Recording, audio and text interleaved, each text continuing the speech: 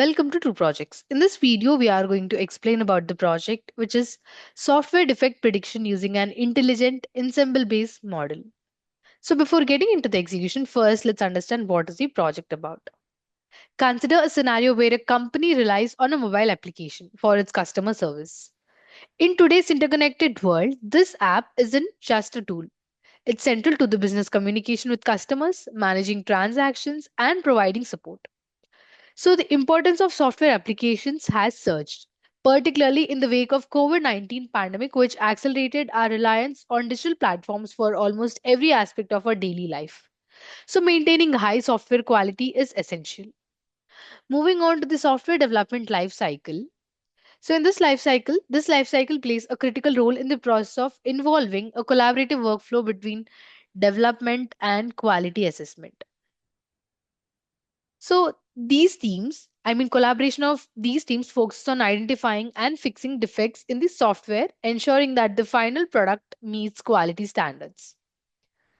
However, traditional feedback loop can be hampered by several challenges, such as limited time, insufficient financial resources, and shortage of skilled personnel. As a result, efficiently ensuring software quality becomes a complex task, underscoring the need for effective strategies and tools in the defect prediction process. While many machine learning algorithms, they have been applied to detect these software defects. So these models still face significant challenges. For instance, many existing models exhibit classification biases, which can skew their predictions. Additionally, issues like overfitting, where a model performs well on training data but poorly on new data, and the problem of underfitting, where a model fails to capture the underlying patterns in the data, are the common problems. So these limitations directly impact the accuracy and the reliability of defect predictions, indicating a pressing need for a more sophisticated solution. So such a solution should not only enhance the identification of software defects but also ensure the development resources that are utilized more effectively. So to address all these issues, this project offers a smart solution for software defect prediction by employing a two-stage process designed to improve the defect detection. In the first stage, multiple machine learning algorithms are employed, which are random forest support vector machine naive Bayes and artificial neural network. Each of these algorithms are trained on the seven data sets in this project. And here, all the features are fine tuned to select the important features to contribute to accurately detect defective software modules. So, for that, we have used PSO, which is parameter optimization technique, particle swarm optimization technique. So, coming to the second stage, in the second stage, the system takes the predictions made by all the above individual classifiers and combines them into a voting classifier. This means that instead of relying on the output of single model, the system integrates the strengths of all four classifiers to arrive at the final prediction. By doing this, the ensemble approach enhances the accuracy and reliability of the defect detection process, ensuring that the model can more effectively identify potential issues in the software. So, this two step strategy ultimately leads to a more robust and dependable software defect prediction system. So, here we have proposed voting ensemble model in which all the four algorithms are combined. And the ensemble based model, it improves the accuracy of defect prediction by using the unique strengths of different classifiers. Here we have evaluated the project on the seven datasets from the NASA MDP repository, and it performed well, achieving the highest accuracy. So, to further enhance its effectiveness, we have incorporated the smooth technique, which is nothing but synthetic minority oversampling technique, to address the data imbalance, which is often an issue in defect prediction, since defective instances are usually less frequent. So, by generating synthetic samples for these defect prone cases, the model's predictive performance is significantly improved, allowing it to more reliable identifying potential software defects. As an extension, in this project, we have incorporated stacking classifier. So we have implemented the stacking classifier to improve the accuracy. So this stacking classifier is an ensemble based model which combines decision tree, random forest, and light GBM algorithm. This ensemble technique merges the predictions of multiple models to create a more accurate and reliable final prediction. So through this approach, we achieved highest accuracy compared to the other methods we tested. Moreover, To enhance the user experience, in this project we built front end using Flash framework. So this interface would include user authentication features, ensuring secure access to the defect prediction system. So this combination enhanced predictive capabilities and user-friendly front-end interface makes the system more effective and accessible for users. So moving on, to implement this project first, we have loaded all the 7 datasets which are CM1, JM1, MC2, MW1, PC1, PC3 and PC4. So after loading all these data sets, then we process the data. So which involves we have removed duplicate entries, we have cleaned the missing values, we applied label encoding to prepare the data set for analysis. And then we established variables which are x and y. X contains all the independent features and y contains the target variable. Moving on, then we have implemented the synthetic minority oversampling technique, which is SMOT, to address the class imbalance. And then we have used PSO technique, which is parameter optimization, that is particle swarm optimization, for selecting the important features. Once the data set is ready, we have divided the data set into two sets. One is training and the other one is testing set. Then we have implemented multiple machine learning algorithms. So these are the algorithms which were implemented.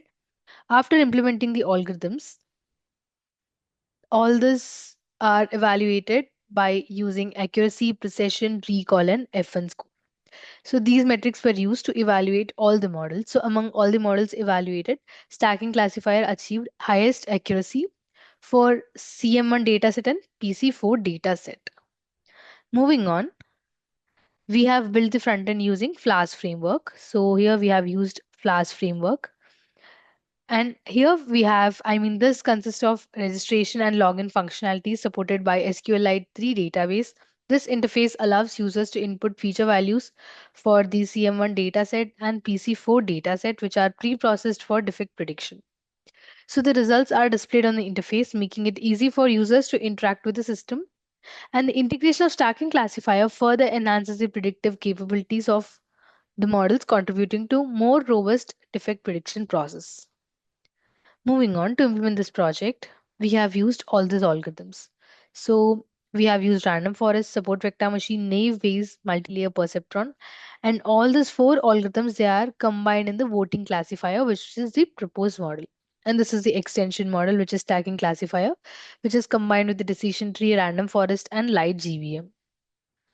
And this extension model achieved highest accuracy. So we have used this model to deploy the project. That means to make the predictions in the front end, we have used this stacking classifier model. To implement this project, we need some basic hardware and software requirements. So coming to hardware requirements, we need operating system of Windows, processor of i5 and above, RAM of 8 GB and above, ROM of 25 GB and above. ROM is nothing but hard disk. Coming to software application, software requirements, we need application of Anaconda, primary language of Python, front-end framework of Flask, back-end framework of Jupyter Notebook, database of SQLite 3, and front-end technologies are HTML, CSS, JavaScript, and Bootstrap 4. So now let's execute the project. To execute, we need to open the code folder which contains source code files. So let's open the code folder. So this is the code folder of the project. First, let's open the application folder. So this is the static folder. This folder consists of CSS, JavaScript, and Bootstrap files. They are important for the visual appeal and interaction, visual interaction of the project. Coming to templates folder, in this folder we have HTML pages used in the project. It typically includes files like index.html, about.html, etc., which represent different pages of the website. And this is app.py file. This .py file contains the information related to front-end logic of the project. It includes code written in Python that handles server-side operations such as processing user requests, interacting with the database, and generating dynamic content that to be rendered in HTML templates. These two are the model files which contain the algorithm information, and this will be loaded into the project code during runtime. And this is the database file. And in this sample file, we have the test cases using which we'll be doing the prediction in the front end. So these are the test cases. So we'll be using all these test cases to detect the software defect detection in the front end. So we'll be using all these test cases to detect the software defects. Close this, get back. Before that, I forgot to tell you. So this is the signup.db file. This is the database file. which is used to store the user information. So now let's get back. Coming to the notebook folder, here we have all the 7 datasets used in the project and also their notebook files. So I'll show you a sample of CM1 dataset. So this is the processed CM1 dataset. So now close this. Similarly, we have all the 7 datasets. And for all these datasets, we have their individual notebook files. Let me show you.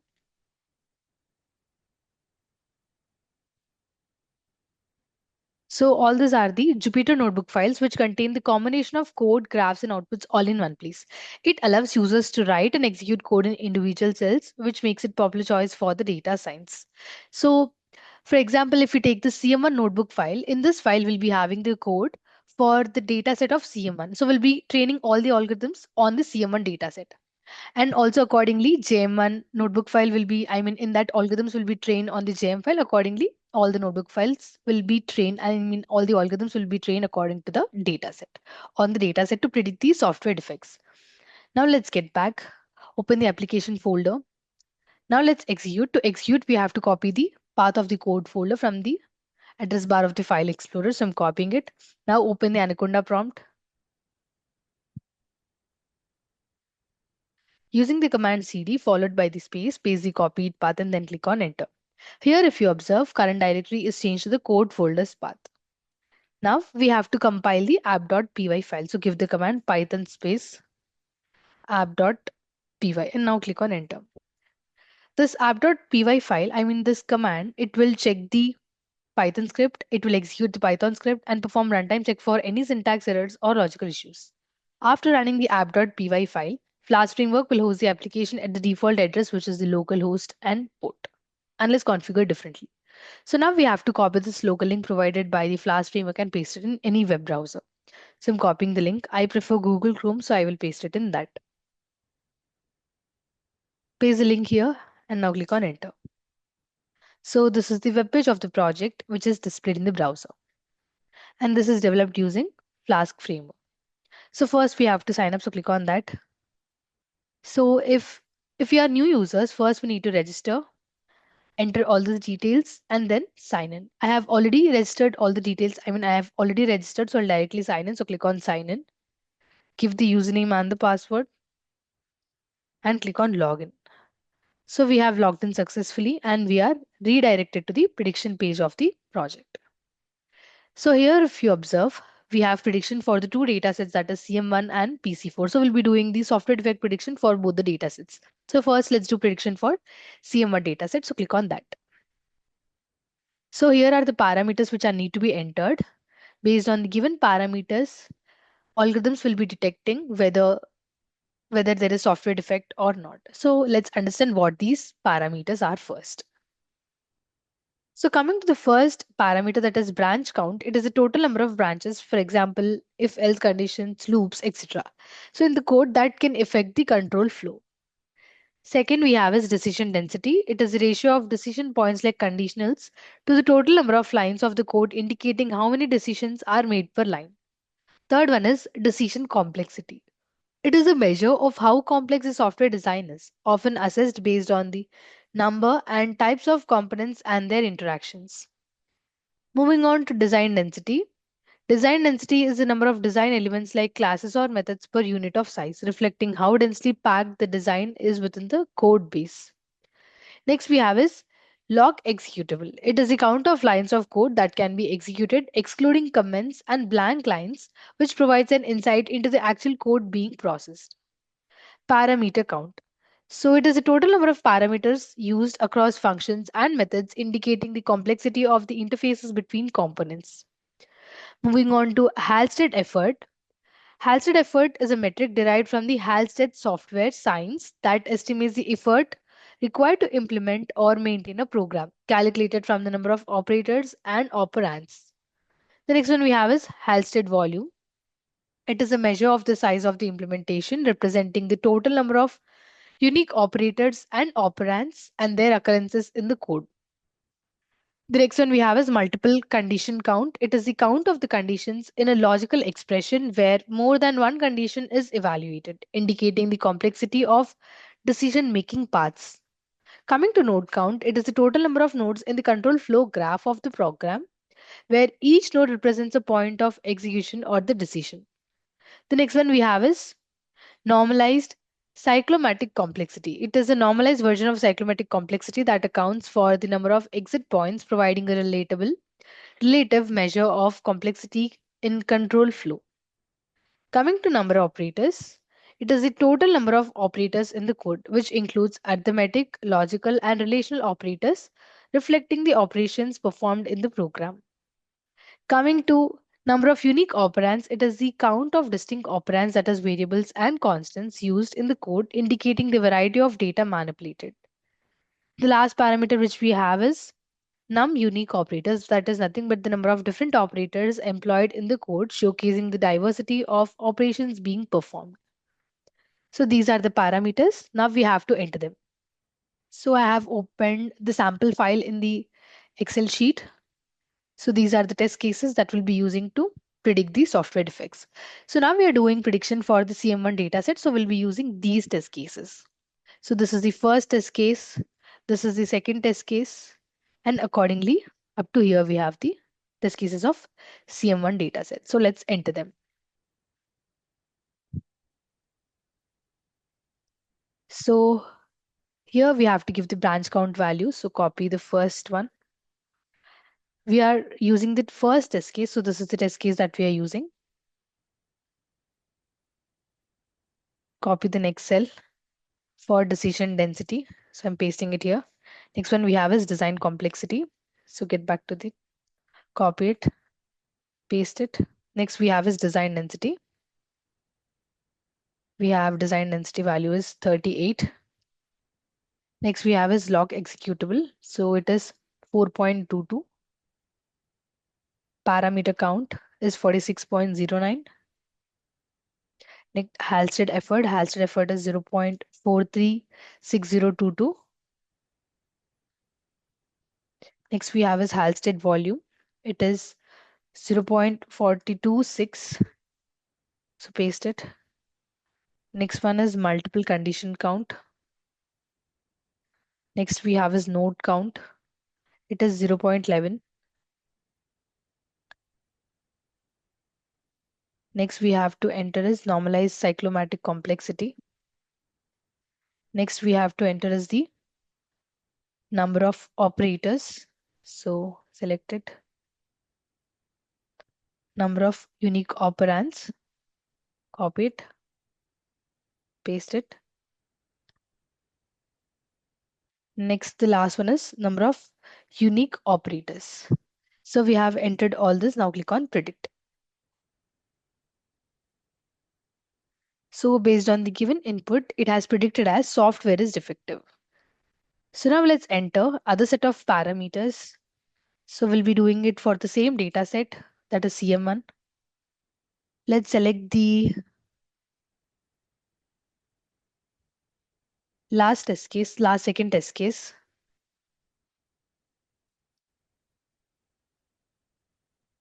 So this is the test case that we are going to do, that we're going to test. So the branch count is 3. Decision density is 2. Design complexity is 1.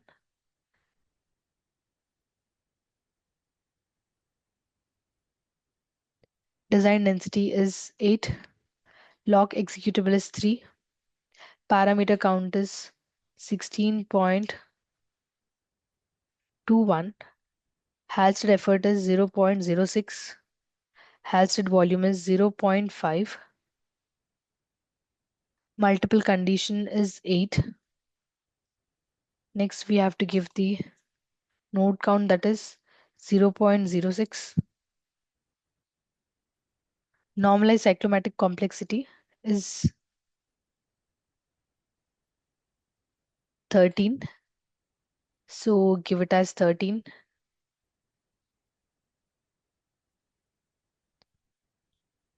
Number of operators are 8. Unique operands are 13. Unique operators are 36. So now let's click on predict. So here we got the result as software is non-defective. Here class 0 means software is not defective, and 1 means that the software is defective. If we observe, the application has correctly classified as software is not defective, taking the base all good.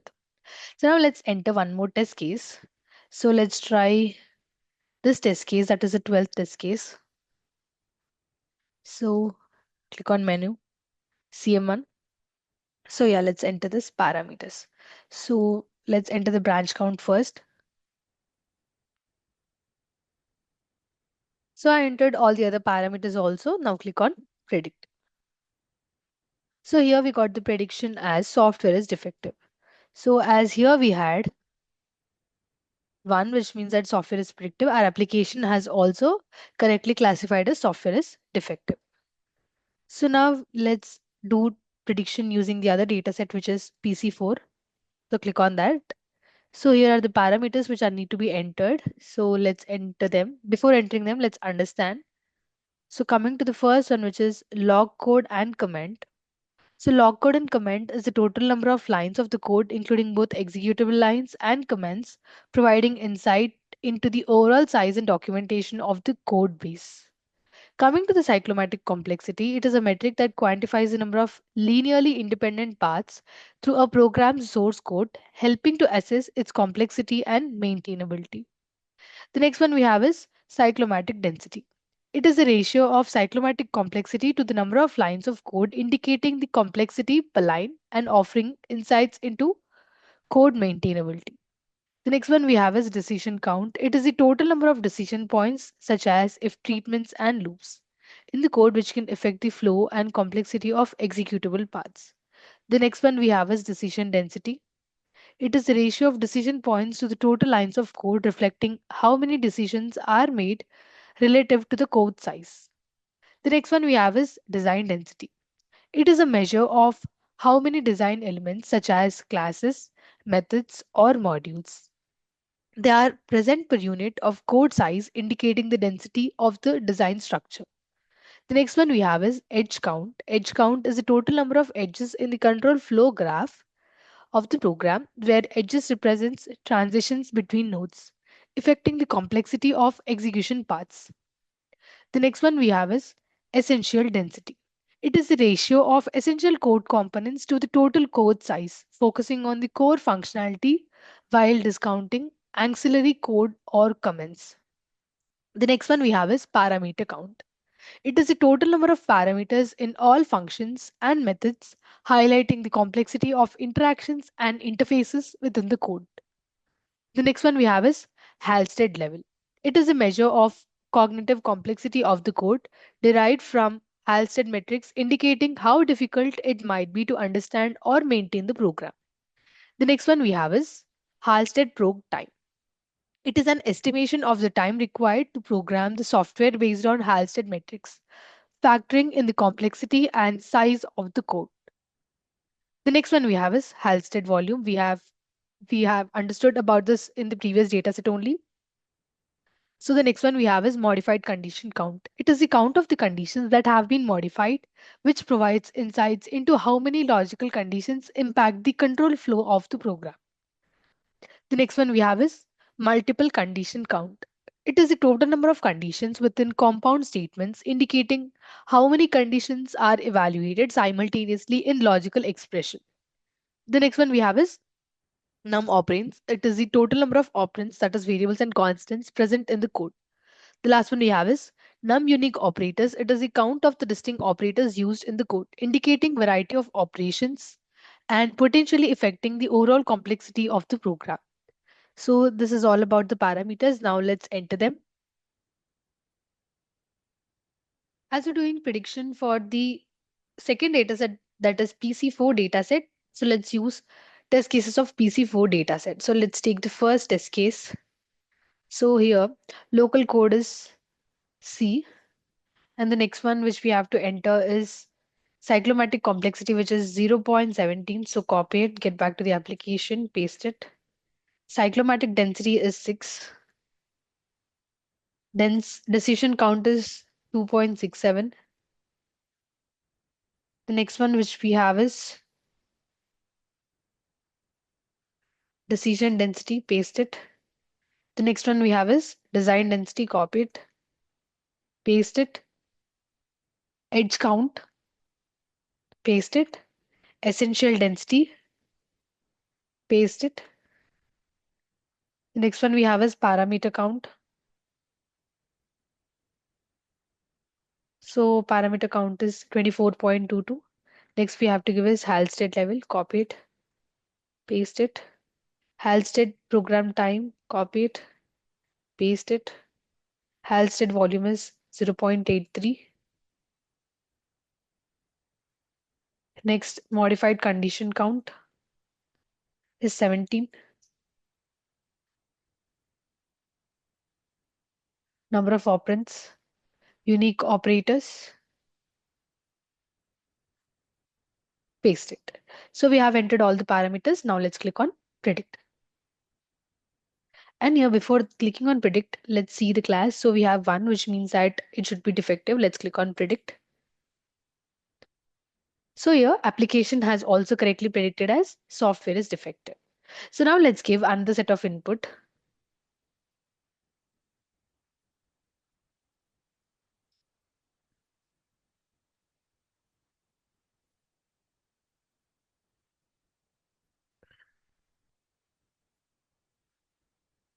So select the second data set.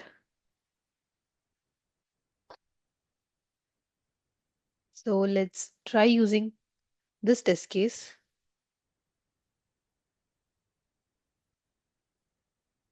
for which log code and comment is 0. So next we have to give is cyclomatic complexity, give it as 0.06. The next one we have is cyclomatic density, that is 0. And the next one we have also is 0. The next decision density is 1. Design density is 1. Edge count is also 1. Essential density is 5. The next which one is parameter count is 61.05. Next give the Halstead level, give it. The next one is 600, and that is Halstead probe time.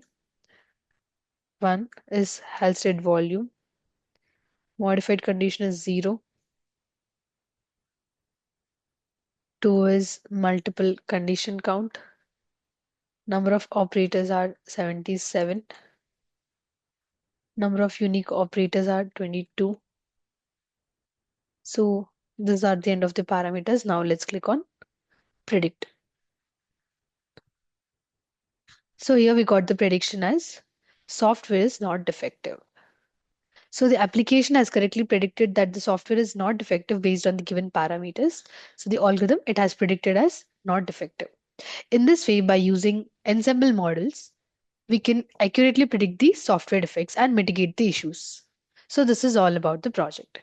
Now let's see the graphs. So click on graph. Let's click on CM1 graph.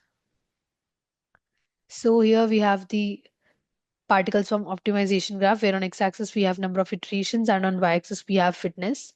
And this is the accuracy graph, where on x-axis we have accuracy score and on y-axis we have algorithm names.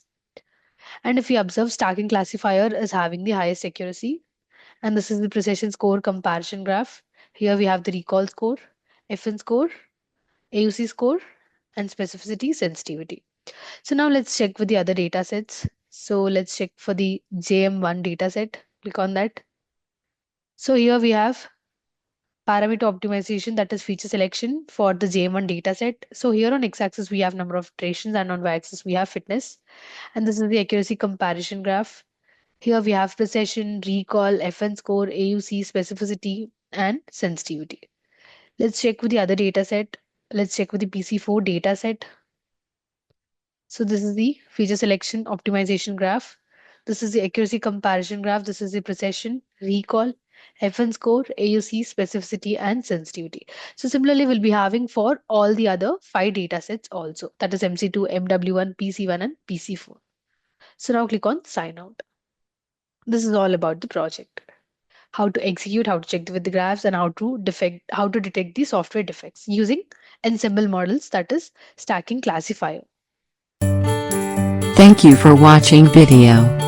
For more projects please visit our website www.trueprojects.in.